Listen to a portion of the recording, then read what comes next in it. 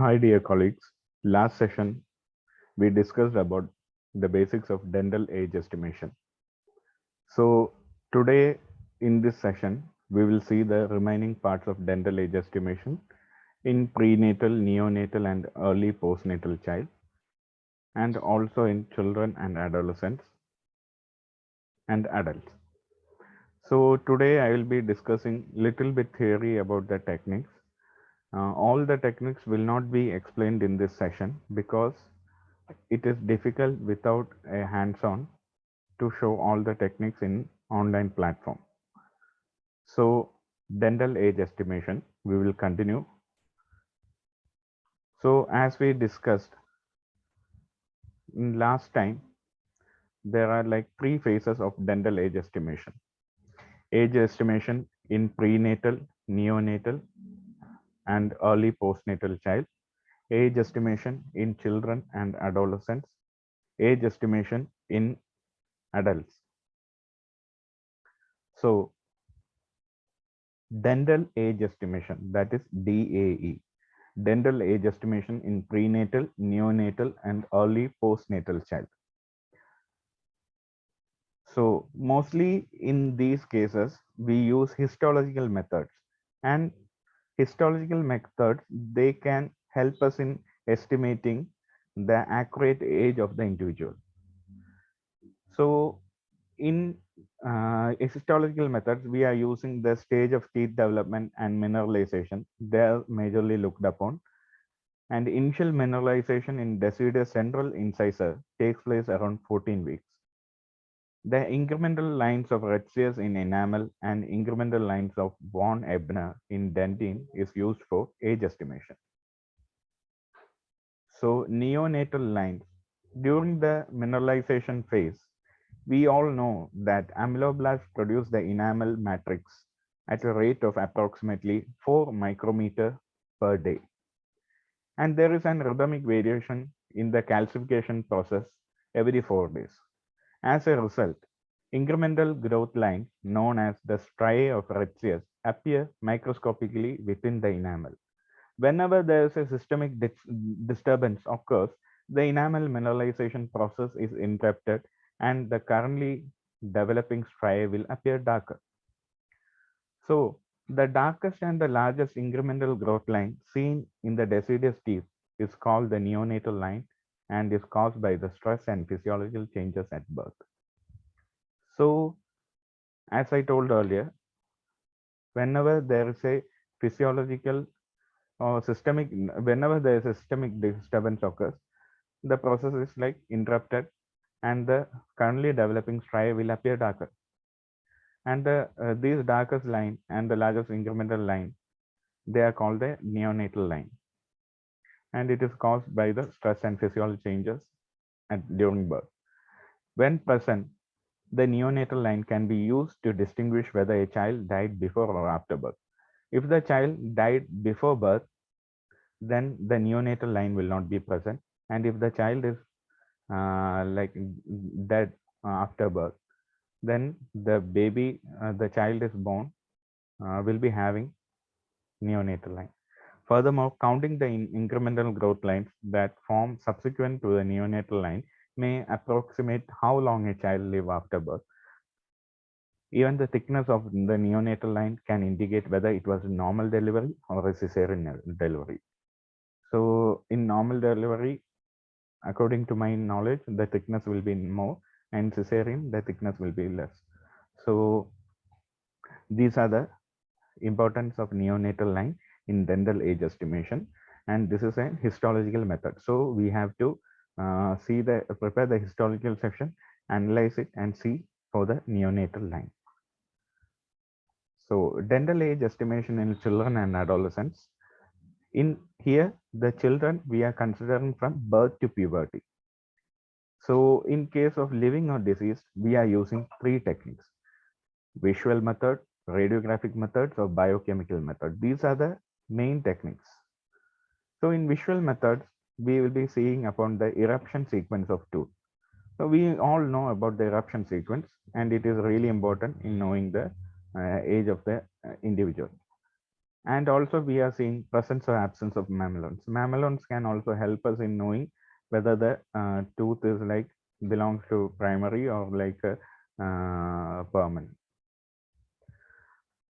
So radiographic methods, they involve Atlas method and incremental staging method. Atlas method is like, here we are comparing the radiograph of that individual to a chart. That is the Atlas. So that's why Atlas style it is called. Here we are comparing the radiograph to a chart. So three techniques are there: Shore and Maslach method, Ubleker method, and Al-Khattani method. And in incremental staging method, we are using Morse, Fanning, Hunt method, Nola method, Demergen method, and Anderson method. Incremental staging method, we are seeing for different stages and we are giving a score for that. And we are marking according to that score. Biochemical method. In biochemical method, we have discussed it in the beginning first session. They use C14, that is carbon 14, and aspartic acid, which is an amino acid. So amino acid racemization. All these techniques, it's really hard to explain it just theoretically. So hands-on session is required for these things, or a practical session. If the viewers are interested in knowing more about the technique, just like theory part of the technique, like the listeners can comment in the comment section if they are interested to know about it. We can take a simple theory session of the techniques. So moving on to dental age estimation in children and adolescents. Here the adolescents we consider from puberty to approximate age of like 20 years. So in case of living or disease, as we see earlier, so we are classifying it into early adolescent and late adolescent. In the early adolescent, we will be seeing radiographic methods and biochemical method. Biochemical method involving carbon 14 and aspartic acid racemization.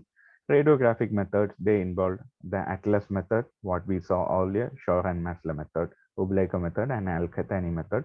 So in this, we are comparing it to a chart.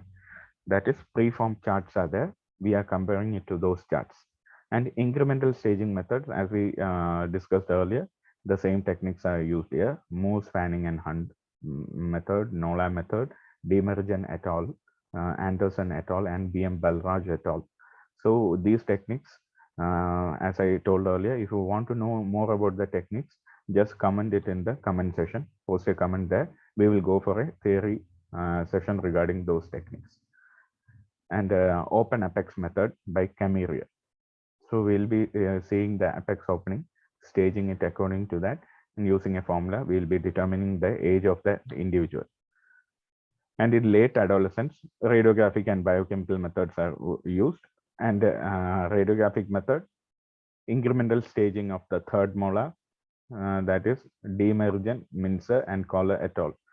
Demergen technique, Mincer technique, and Collar technique are used. And here, the main thing we have to note is like in late adolescence, in radiographic method, we are seeing the third molar. So these are the popular methods, but more efficient methods are also available. So when we come towards the adult, in dental age estimation, in adults, mainly depend on the post-formation changes such as attrition, periodontal condition, pulpal size to the tooth size ratios, secondary dentine apposition, cementum apposition, and dentine transparency. So attrition, it takes place from wearing down of the incisal or occlusal surface due to mastication. This change is seen both macroscopically and microscopically. Periodontosis, it's the loosening of tooth or continuous eruption, is characterized by changes in the attachment of the tooth. It is seen both macroscopically and microscopically. The next is like secondary dentine formation.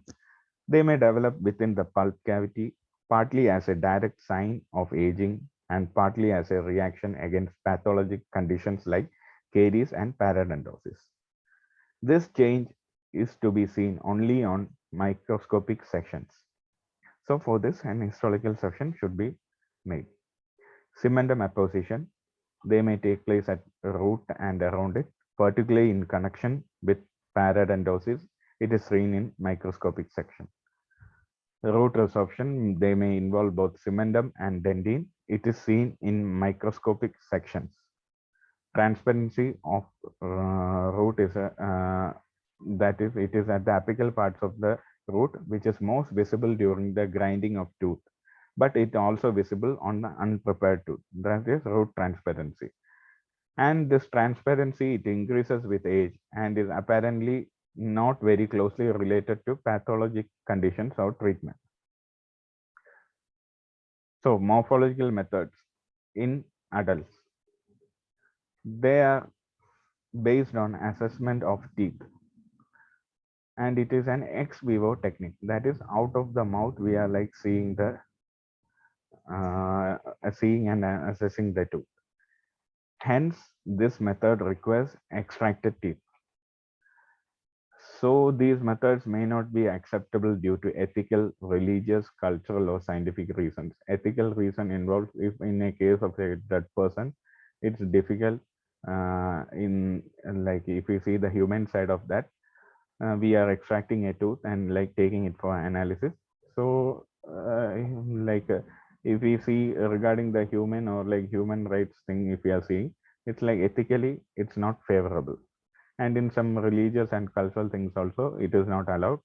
And in scientific reason, if we are seeing, we are like taking the tooth. In some of the techniques we need a historical session. So in those cases we are tampering or like destroying the evidence. So Gustafson method, it was proposed in 1950. It is one of the earliest methods.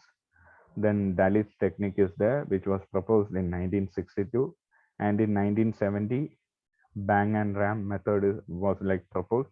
1971, Johansson method, and in 1978, Maple's technique.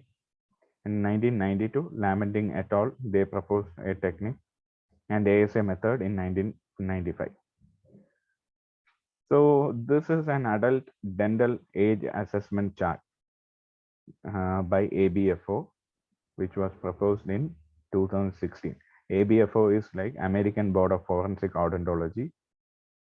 So in adults, in case of living, morphological and or radiographs are taken. Qual et al. Technique, 1995. Cameriel et al. 2004. And this technique, Cameriel et al. Technique is based on pulp-tooth ratio. And in deceased, we are using morphological and or radiograph. Same thing we can use Qual et al. And Cameriel et al. Technique.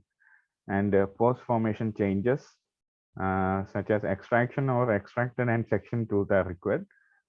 So these are the techniques: lamenting technique, Johansson, and Prince and Ubleker, Bang and Ram technique. So these are some of the techniques. So from this, I will be explaining the Gustafson method and lamenting method. Just the theoretical part of the method I will be explaining. So Gustafson in 1950 proposed the dental age estimation method based on age changes in tooth. And this method was popularly called as Gustafson method. The changes connected with age are the following: attrition, the 6 changes he has taken. The first one is attrition, second is periodontosis, third is secondary dentine, fourth comes the cementum apposition, fifth is root resorption, and sixth is transparency of the root. So what he did is like in Gustafson method, ranking of each age changes was done. And totally it's like 4 ranks were given. The first is like 0, second is like 1, third is like 2, and the fourth is like 3. That is degree. The first degree in attrition is like no attrition, that is A0. Then comes A1.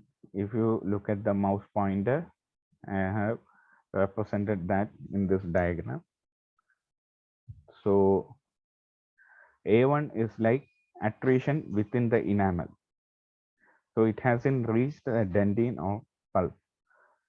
A2 is like attrition reaching dentine, and A3 is like attrition reaching up to the pulp.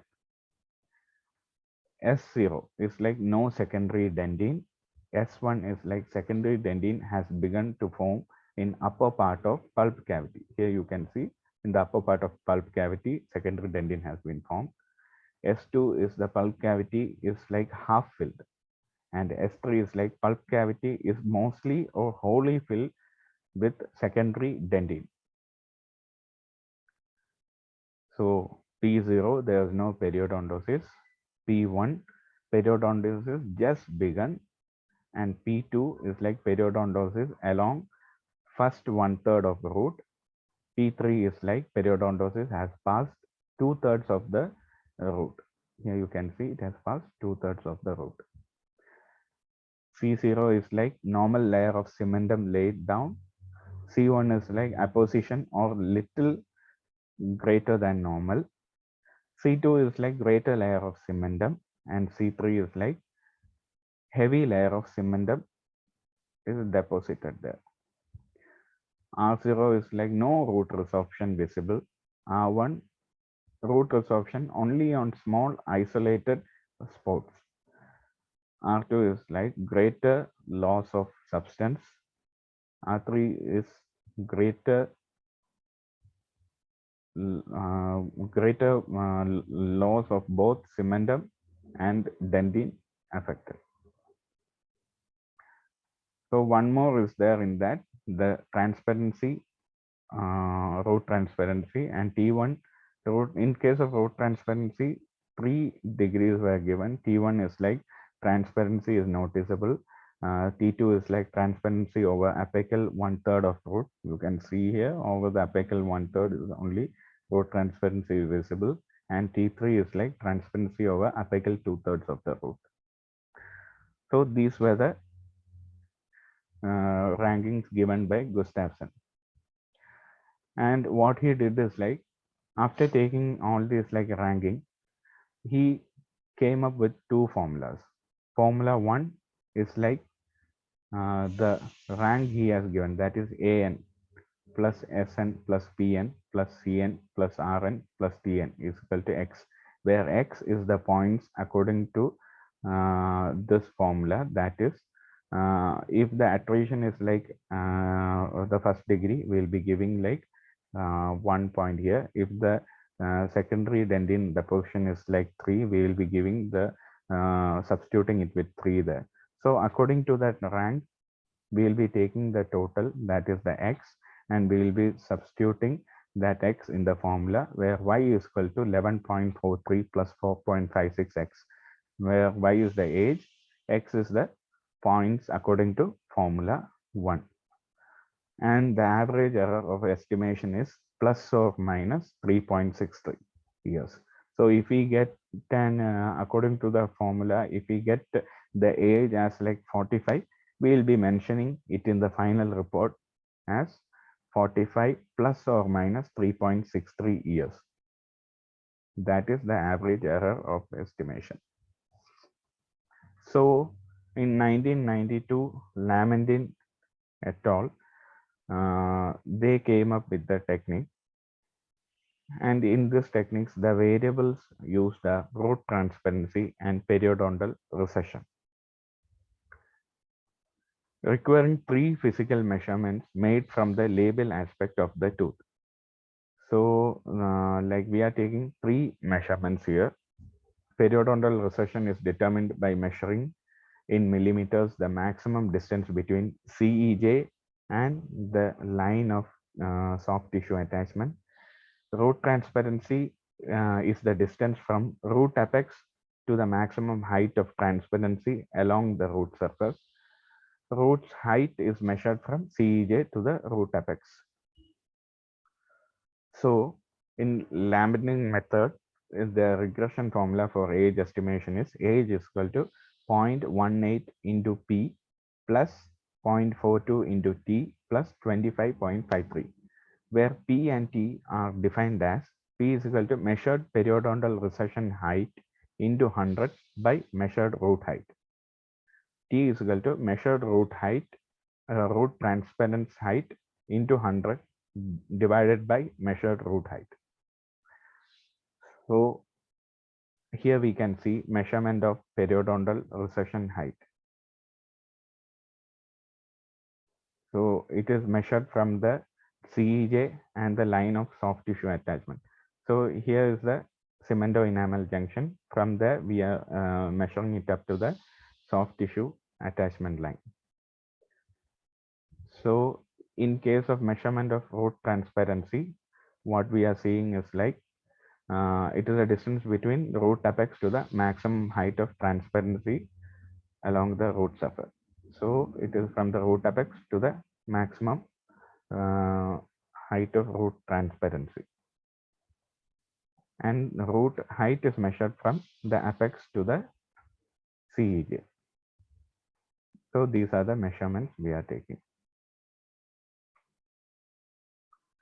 So these two techniques will be will only be explained in this session.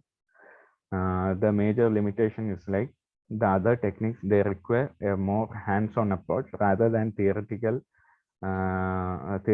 just like speaking about the technique.